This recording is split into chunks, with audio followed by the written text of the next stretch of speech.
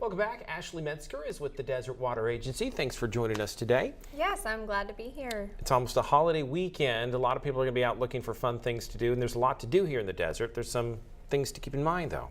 Yes, so for those of us that are not getting out of town, it's certainly going to be warming up, and one of the things that we've seen in the past is people kind of flocking to the Whitewater River, particularly where Whitewater Rock is, right by the I-10 freeway. You can see the water rushes under the freeway, and you go, wow, look at all that water in the desert. That's actually not natural river water, at least from that canyon, though.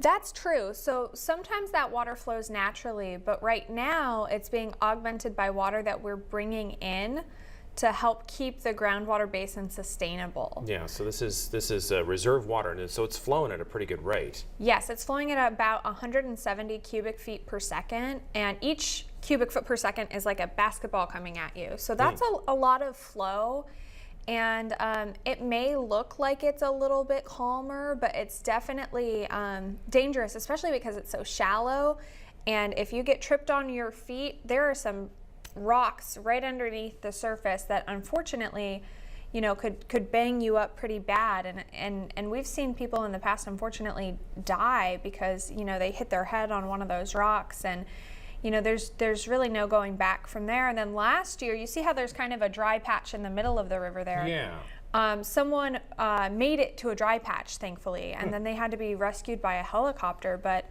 it was a really scary experience. It's a dangerous river.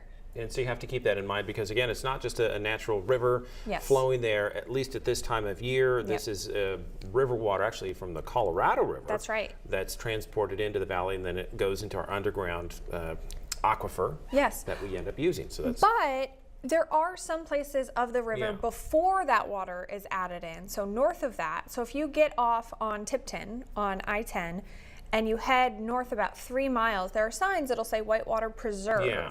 And there are actually some great areas back there for hiking, and it's a good 10 degrees cooler usually up there than it is in the valley floor. So we've been there before, and it's really nice. You've got picnics, picnic areas. You can splash around in the river, and it's a much lower flow, so you can actually splash around in the water, keep the kids cool. Well, and you can even bring your dog as long as he or she is on a leash. And it's free, which is a pretty cool deal. Yes, they do accept donations. Sure. But it is free, and they have a really cool fish pond too.